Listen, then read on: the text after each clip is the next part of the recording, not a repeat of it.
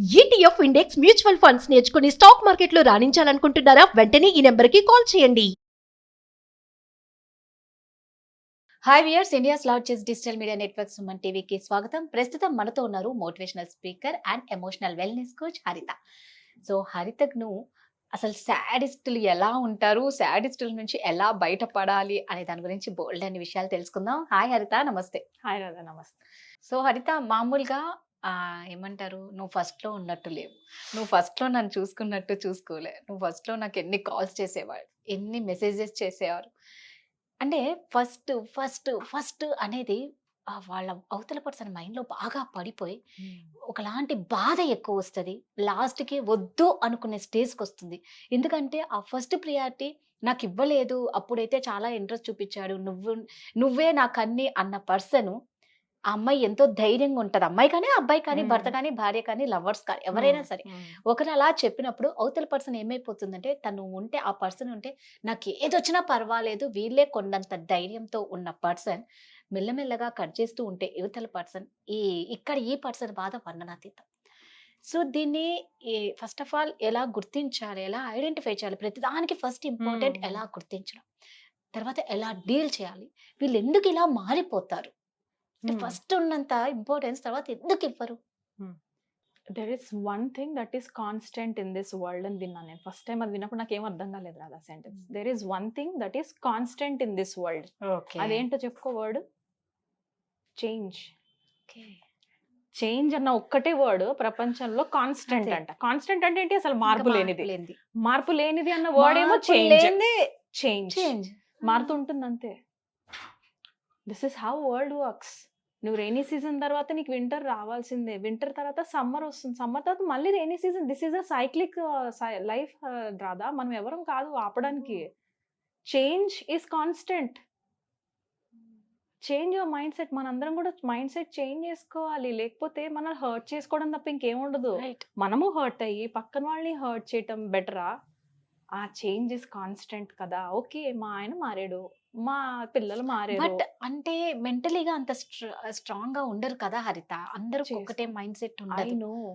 Week, sensitive, ప్రతిదానికి వాళ్ళు addict అయిపోయి ఉంటారు ఆ పర్సన్ కి. ఎఫర్మేషన్స్, నేను I will go back to the word affirmations రాదా. ఎందుకంటే ఐఎమ్ వీక్, ఐఎమ్ సెన్సిటివ్, నా వల్ల కాదు, నాకు వాడు వదిలేస్తే నాకు జీవితం ఏం కనిపించట్లేదు, వాడు ఎందుకు మారిపోయాడు, వాడు ఎందుకు మారిపోయాడు, వాడు ఎందుకు మారిపోయాడు. త్రూ అవుట్ ద డే ఎన్ని గంటలు ఆ లవర్ కోసం ఆ అమ్మాయి చూడడం. కానీ ఒకవేళ ఆ అమ్మాయి ఒక 10 నిమిషాలు వేరే అబ్బాయితో మాట్లాడితే ఇక్కడ నుంచి వీడు ఎన్ని ఫ్రీక్వెన్సీస్ పంపిస్తాడో తెలుసా. Every thought is a frequency. వీడిలో వచ్చే ఇన్సెక్యూరిటీ, వీడు ఊహించుకున్న పిక్చర్సే అక్కడ రియల్ లైఫ్ లో ట్రాన్స్మిట్ అవుతున్నాయి అన్నది వీడికి తెలియదు. We all are magnifiers. అంటే మన అందరం కూడా ఎలక్ట్రోమాగ్నెటిక్ వేవ్స్ రిలీజ్ చేస్తాం మనం, తెలుసా. Talking about the science, we are radiating energies. Universe తోని మనం కాంటాక్ట్ చేయగలం. ఇవన్నీ ఎక్కడి నుంచి వచ్చినాయి? ఎలక్ట్రోమాగ్నెటిక్ వేవ్స్ కానీ, యాంటనాస్ కానీ, సెల్ ఫోన్స్ కానీ ఎక్కడి నుంచి వచ్చినాయి? మనిషికి సృష్టిస్తే కాదు వచ్చింది. మనిషి ఎట్లా సృష్టించాడు? ఓకే, మ్యాగ్నెటిక్ ఫీల్డ్ అంటే ఇది ఇది ఇది ఇది దగ్గరకు వస్తే ఇలా జరుగుతుంది అని ఒక్కొక్క వేవ్ గీసుకొని కదా వచ్చారు. They found out every thought is a frequency. మరి వీళ్ళు ఎంతసేపు పొద్దున సాయంత్రం దాకా వాడు మారిపోయాడు, వాడు మారిపోయాడు, వాడు మారిపోయాడు. నువ్వు ఎంతకన్నా ఊహించుకుంటుంటే ఎలా మారిపోయాడు? ఇలా ఉండేవాడు అలా మారిపోయాడు, ఇలా ఉండేవాడు అలా మారిపోయాడు. Old picture, new picture, old picture, new picture. ఇంకా న్యూ వీడియోలు అయితే నువ్వు చెప్పనే వద్దు. ఆమె సింపతిలో తనను తాను చాలా బాధగా, తను లోన్ గా ఉండిపోయినట్టు, నన్ను బిట్రే, నన్ను మోసం చేశాడు అనేసి. ఆడపిల్ల అయినా సరే, అబ్బాయి అయినా సరే. అబ్బాయి ఎలా ఫీల్ అవుతాడు? ఆ అమ్మాయి ఆడితో మాట్లాడుతుంది, వాళ్ళిద్దరు క్లోజ్ గా అయిపోతున్నారు, ఇంకా నన్ను వదిలేస్తుంది, నా బండితో తిరిగింది పోయే. ఓల్డ్ పిక్చర్లు అంతా అప్పటిదాకా ఎంజాయ్ చేసిన స్టోరీస్ కి ఫీలింగ్స్ అన్ని అవి తీసి పడేసి ఎగ్జైట్మెంట్ సడన్ గా కొత్త ఫీలింగ్స్ యాడ్ చేస్తారు ఆ ఓల్డ్ స్టోరీస్ కి. బట్ ఈ జనరేషన్ లో ఇలాంటి అమ్మాయిలు ఉన్నారు, నేను కాదనట్లేదు. బట్ చేంజ్ అవుతూనే ఉంటారు అమ్మాయిలు. Women are rising. Let's accept that fact Radha. Let's accept that fact. అయితే అది ట్రాక్ ఎట్టెళ్తుంది అన్నది నేను ఏమన్నాను. నేనేమి వాళ్ళకి సపోర్ట్ చేయట్లేదు. I completely disagree those women. ఓకేనా, నేను కంప్లీట్గా అగేన్స్టే వాళ్ళకి. ఇద్దరు ముగ్గురిని చూద్దాము, ఒకరిని సెలెక్ట్ చేసుకుందాము, ఒకరితో సెటిల్ అవుదాం. I'm completely against to that system. But yes, women are growing. Let's accept that fact also. మనం ఏం చేస్తున్నాం ఆడవాళ్ళలో ఏం జరుగుతుందంటే రీజన్ కూడా చెప్తున్నా. ఎందుకు అని అన్నావు కదా, బిహేవియరల్ చేంజెస్ ఎక్కడి నుంచి వస్తున్నాయని. ఒకప్పుడు మనం ఇంత తెలివితేటలు ఉన్నాయని మనకు తెలీదు. నేను మొన్న ఎప్పుడో విన్నాను, 12 ఇయర్స్ లేకపోతే 8-9 ఇయర్స్ గ్యాప్ ఉన్న వాళ్ళకి ఇచ్చి పెళ్లిళ్ళు చేశారు. ఇప్పటికీ కూడా మనం ఆ సిస్టమ్ ఫాలో Yes. అవుతున్నాం. అవును. ఆడపిల్ల చిన్న ఏజ్, మగవాళ్ళు పెద్ద పెద్ద ఏజ్. ఏజ్. ఎందుకంటే వీఆర్ ఫాస్ట్. మన బ్రెయిన్, Okay. మనకు దేవుడు ఇచ్చిన అదృష్టం ఏంటంటే వీఆర్ మల్టీ టాస్కర్. స్పీడ్ గా మనం ఆలోచించగలం, నిర్ణయం తీసుకోగలం, గట్టిగా ఉండగలం. ఒక బ్రేకప్ అయితే అమ్మాయి తొందరగా చచ్చిపోదు, అబ్బాయి చచ్చిపోతాడు. మనలో అంత తట్టుకునే శక్తి ఉంటుంది రాదా, లేకపోతే మనం పిల్లల్ని కనం. రైట్. అవును. రైట్, అవును. మనలో తట్టుకునే శక్తి వాళ్ళకంటే కొంచెం ఎక్కువ ఉంటుంది. సో మనతో వాళ్ళ లెవెల్ మ్యాచ్ అవ్వాలంటే చిన్న పిల్లలకి, ఆడపిల్లలకి పెద్ద వాళ్ళు ఇచ్చి పెళ్లి చేసే వాళ్ళ అబ్బాయిలు. There is a system. Okay. Yeah, ఇప్పుడు నేను బిహేవియరల్ చేంజెస్ కాబట్టి వెనక్కి వెళ్ళి చెప్తున్నా. ఆడవాళ్ళు గ్రో అవుతున్నారు. ఎప్పుడైతే వాళ్ళ జ్ఞానం వచ్చిందో, 6-7 పిల్లలకి నేను రోటీలే చేయక్కర్లేదు, అన్నమే వండక్కర్లేదు, నేను బయటకి వెళ్ళి జాబ్ కూడా చేయొచ్చు అన్నప్పటి నుంచి షిఫ్ట్ అయిపోయింది. ఓకే.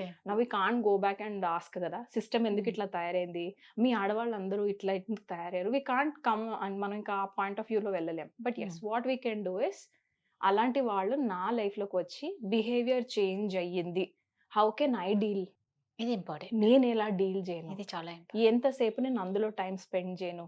అంత ఇన్సెక్యూరిటీస్ ఎందుకు రాదా, కరెక్ట్. అంత నమ్మకం లేని రిలేషన్షిప్స్ లో ఐ లవ్ యూ ఏంటి, ఐ లవ్ యూ పొద్దున చెప్తేనే లవ్ ఉన్నట్ట సాయంత్రానికి.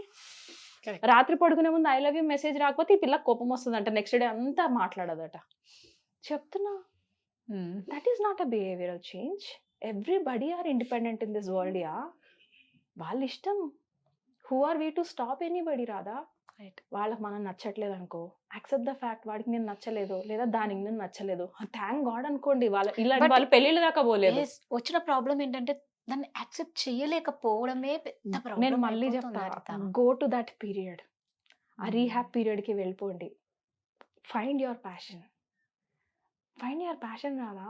ఎందుకు నేను చెప్తున్నానో చెప్తా. నా passion healing, my passion is healing. నేను డాక్టర్ కాలేకపోయినా ఎన్ని రోజులు కూర్చొని ఏడవను, అవ్వలేకపోయినా. I can't go back 20 years before వెళ్ళి మళ్ళీ ఎంబీబీఎస్ చదవలేను. I accepted the fact. But yes, passion ఏంటి, హీలింగ్. 8 ప్రాబ్లమ్స్ ఒకటేసారి వచ్చినప్పుడు అంత డిప్రెసివ్ మూడ్లో నేనే మర్చుకోగలిగాను ఈ ఏజ్లో 2 పిల్లలు పెట్టి. అంత చిన్న ఏజ్లో మనకు ఉండదా చెప్పు. 18-19 yearsలో we'll have much more will power in us. Use that energy. No, అరే నో అన్న వాళ్ళ వెనకాల ఎందుకు వెళ్తారు నీకు నిజంగా ఇప్పటికీ అర్థం కావట్లేదు. దే ఆర్ సేయింగ్ డైరెక్ట్ గా నీ ముఖం పైన నాకు నువ్వు నచ్చలే, నీ కన్ను నచ్చలే, నీ కలర్ నచ్చలే, నీ బండి నచ్చలే, నీ పైసలు నచ్చలే, మీ అమ్మ నాన్న నచ్చలే. అలాంటి వాళ్ళని పెళ్లి చేసుకుని మాత్రం ఏం నచ్చేది, మారిపోతాం అనుకుంటారు. పిల్లలు మారుస్తారా, మారిపోరు. కరెక్ట్. అలాంటి వాళ్ళు పెళ్లి దాకా పోకుండా better. Thank you so much, పెళ్లి దాకా పోలేదు అనుకోవాలి. సపోజ్ పెళ్లి అయిపోయింది, మారుతున్నారు, మనం ఇంకొకటి యాక్సెప్ట్ చేయాలి. పెళ్లి అనే బంధం ద్వారా 2 ఫ్యామిలీస్ ఒక చోటుకి వస్తుంది. వీళ్ళ బిహేవియర్ కొట్టుకుని చచ్చేది వేరు పెళ్లికి ముందు. పెళ్ళైన తర్వాత ఈ నలుగురు లేదా ఈ నలుగురు వెనకాల ఇంకో అమ్మమ్మలు తాతలు ఉంటే ఇటు అమ్మమ్మ తాతలు అందరు కలిపి ఒక చోటుకు వస్తున్నారు. Marriage is a very big commitment. అది ఒక ఇద్దరితో వచ్చేది కాదు కదా, ఎంతో మంది ఇంకా ఎక్కువ. లైఫ్లు, ఎన్నో Yeah. ఫ్యామిలీస్. యా, అబ్బాయి పెళ్ళైన తర్వాత స్టార్టింగ్ లో ఉన్న ప్రేమ ఉండదు రాబాయి, ఉండదు. Accept the fact. నువ్వెందుకు నాతో ఇదివరకు అట్లా మాట్లాడతలేవు, ఇప్పుడు పంపించుకో. అప్పుడు అట్లున్నాడు, అప్పుడు ఆయన ఏం చేశాడు, నీకేం నచ్చిందో నువ్వు వాళ్ళకి పంపియు. అప్పటికల్లా వీళ్ళకి ఈగో వచ్చి కూర్చుంటది, నేనేంది పంపించేది. వర్కౌట్ అందో ఈగో కూడా కదా. Ego will not let us be happy. Ego అస్సలు మనల్ని ప్రెసెంట్ లో ఉండనివ్వదు. ఐదర్ పాస్ట్ టెన్స్ లో నాతో నాది జరిగింది అని పెయిన్ఫుల్ స్టోరీస్ వేసుకొని ఏడుస్తాము, లేదా ఫ్యూచర్ లో నేనేంది వాడికి చెప్పేది, నేనేంటరా దాని ఫోన్ చేసి ఐ లవ్ యూ అని చెప్పేది. అరే your wife man, she deserves a love. At the end of the day I love you అని చెప్పనీకి కూడా సొమ్ము పోతుంది వీళ్ళకి. ఈగో అడ్డం. అక్కడే కొంచెం వర్క్ చేయాలి. ఈగో వస్తుంది అండ్ పొజెసివ్నెస్ కూడా ఉంటుంది. నేను ఉంటుంది. అంటే డిఫరెంట్ కేసెస్. కొంతమంది ఓవర్ పొజెసివ్ ఉంటారు. అప్పటిదాకా తల్లి తండ్రి మధ్యలో పెరిగిన అబ్బాయి పొద్దున్నేస్తే వాళ్ళ అమ్మతోనే అన్ని డిస్కస్ చేసుకునే అబ్బాయిలు వీళ్ళేం ఎక్స్పెక్ట్ చేస్తారు, పెళ్ళైనాక అన్ని నాతో మాట్లాడాలి, అన్ని నాతో మాట్లాడాలి అంటే కొంచెం టైం పడుతుంది, రెస్పెక్ట్ ఉండాలి, ఆ టైంకి ట్రస్ట్ ఉండాలి. చేంజ్ అవుతారు. ఇప్పుడు ఇలా ఉన్నారంటే తర్వాత ఉండరని కాదు. అప్పుడు నీతో ఓవర్గా టైం స్పెండ్ చేశారంటే అది వీళ్ళకి ఇదే కావాలి అబ్బాయిలకి అని ఒక స్టేట్మెంట్ వేసుకొని కూర్చుంటారు అమ్మాయిలు. No, please don't pass that statement. That is the punishment we are giving to the husbands. తెలుసా, నీకు నా బాడీ మాత్రమే కావాలా, నీకు నేను అవసరం. ఇది చాలా Yes, వాళ్ళు అవును. చచ్చిపోతున్నారు రాదా అవునవును, అబ్బాయిలు. వాళ్ళు అవును. వాళ్ళు కనీసం ఏడవని కూడా ఏడవరు. ఆడపిల్లలన్నా ఇద్దరు ముగ్గురిని ఏరుకొని ఏడుచుకుంటాము. అమ్మో, అక్కో, చెల్లో, తమ్ముడు ఎవరికో ఒకరిని మొత్తుకుంటాం. వాళ్ళు అది కూడా మొత్తుకోరు తెలుసా? నేను చాలా మంది అబ్బాయిలను గమనించాను క్లయింట్స్‌లో. They don't even allow themselves to cry. అందుకే చిన్న పిల్లల దగ్గరికి పరిగెట్టి చెప్తాను నేను. అట్‌లీస్ట్ ఇప్పుడన్నా చెప్తే నేను వాళ్ళు 10, 15 ఇయర్స్ అవుతే ఏడ్చుకున్న బాధలో పోగొట్టుకుంటారు. వాళ్ళు ఏడవరు. అంత ట్రామా ఇంకెక్కడికెళ్తది? అగ్రెషన్‌లోకి వెళ్తది. అప్పుడు వాళ్ళు కొట్టి తెలియజేస్తుంటారు. హిట్టింగ్‌కి అంటే నేనేం ఎంకరేజ్ చేయట్లేదు హిట్టింగ్‌ని. I'm completely against. But yes చెప్తున్నా. మనం కూడా ఆర్గ్యుమెంట్ చేయకుండా కొన్ని మనకంటూ మనకి బుక్ చదువుకోవచ్చు, పెయింటింగ్ చేసుకోవచ్చు, గో ఔట్. మనం లోన్లీగా ఉన్నామంటే అది మన ప్రాబ్లం కదా! అవును. మనం ఓవర్ డిపెండెంట్ అయ్యామంటే నా ప్రాబ్లం కదా! ఖచ్చితంగా. 100% రెస్పాన్సిబిలిటీ. చాప్టర్ ఒక్కటి ఎక్కించడానికి నాకు 6 మంత్స్ పడతది కొంతమందికి తెలుసా? They will not accept. అన్నీ నేనే మారమంటావేంది? నన్ను కూడా అనేవాళ్ళు ఉంటారు. Hmm. అన్నీ నేనే మారితే ఇగ నేను నీకెందుకు పైసలిచ్చుడు? యాహ్! నువ్వే మారాలి. వాళ్ళ మైండ్ సెట్ అక్కడికొచ్చేదాకా నేను వెయిట్ చేస్తాను. వాళ్ళు అక్కడికొచ్చిన తర్వాత టపా చాప్టర్స్ అన్నీ ఫినిష్ చేయడం easy. Because they will not accept. Accept చేయరు. నాది అదే కాదు కదా. Problem, Yes. పక్కనోడిది ప్రాబ్లమ్. అవును. యూ యాక్సెప్ట్ దట్ నేను కూడా ఏదో చేశాను. సో జరిగింది. సో నేను ఇప్పుడు బాగు చేసుకుంటాను. That is very easy. వరల్డ్‌ని మొత్తం ఫిక్స్ చేయటం బెటరా? Yes. నిన్ను నువ్వు ఫిక్స్ చేసుకోవడం బెటరా? అంతే కదా. Second option is very better. ఎవరో మారుతారు అనడం కన్నా మనం మారడమే బెటర్. ఈజీ. చాలా ఈజీ మన చేతిలో. కాకపోతే దాన్ని యాక్సెప్ట్ చేయాలి ఫస్ట్. తర్వాత అంటే ఈజీ. మళ్ళీ సెల్ఫ్ బ్లేమ్‌లోకి వెళ్ళిపోవద్దు. పాస్ట్ టెన్స్‌లో నేను అదే చెప్పాను మొన్న. ఇప్పుడు మనం అదే ఒకసారి ట్రామా మాట్లాడుకున్నాం చూడు కేస్ కోల్‌కతా. ఎవ్వరి చేతిలో అయినా మనం అరే ఒక ఇన్సిడెంట్ అవ్వబోతోంది. ఇప్పుడు నీకు కల Yes. వచ్చింది. ఓకేనా? క్యాజువల్ చెప్తా. నీకు రేపు కలలో వచ్చింది. ఇది జరగబోతుంది. నువ్వు పరిగెట్టుకొని ట్రై చేయవా కోల్‌కతాలో ఆపడానికి? We all will do no. ఏది జరగకుండా ఉపద్రవాలు అవ్వకుండా ఓ మై గాడ్ ఆ ఊరిని ఖాళీ చేపిద్దామని. We don't know future. ఖచ్చితంగా. And we can't change the past. నిన్నటికి ఈ రోజు పాస్ట్ టెన్సే. నువ్వు ఎంత ట్రై చేసినా ఇన్సిడెంట్ వెనక్కి చేయలేం. We can't do it. దేవుడు, ప్రకృతి ఈ పవర్ మనుషులకి ఇవ్వలేదు. రైట్. ఇస్తే మనం ఎవరిని చావనివ్వము. మనకు నచ్చిన వాళ్ళు మాత్రమే పుట్టనిస్తాం. అది మన చేతిలో లేదు. సో ప్రతి దానికి ఒక సొల్యూషన్ అనేది ఉంటుందండి. దాన్ని ఏదొచ్చినా మనం యాక్సెప్ట్ చేయడం. సెకండ్ థింగ్ ఏంటి అంటే ఇలాంటి ఎమోషనల్ వెల్నెస్ కోచ్ వాళ్ళ దగ్గరికి వెళ్తే మన ప్రాబ్లమ్స్ షేర్ చేసుకుంటే దానికి ఒక సొల్యూషన్ వస్తుంది. ఎవరైనా సరే మీకు ఎలాంటి ప్రాబ్లమ్స్ ఉన్నా మీరు పర్సనల్గా మాట్లాడాలి అంటే కింద స్క్రోల్ అవుతున్న నెంబర్కి హరిత గారిని కాంటాక్ట్ అవ్వండి. మీ ప్రాబ్లంకి సొల్యూషన్ దొరుకుతుంది. Thank you. Thank you so much Radha.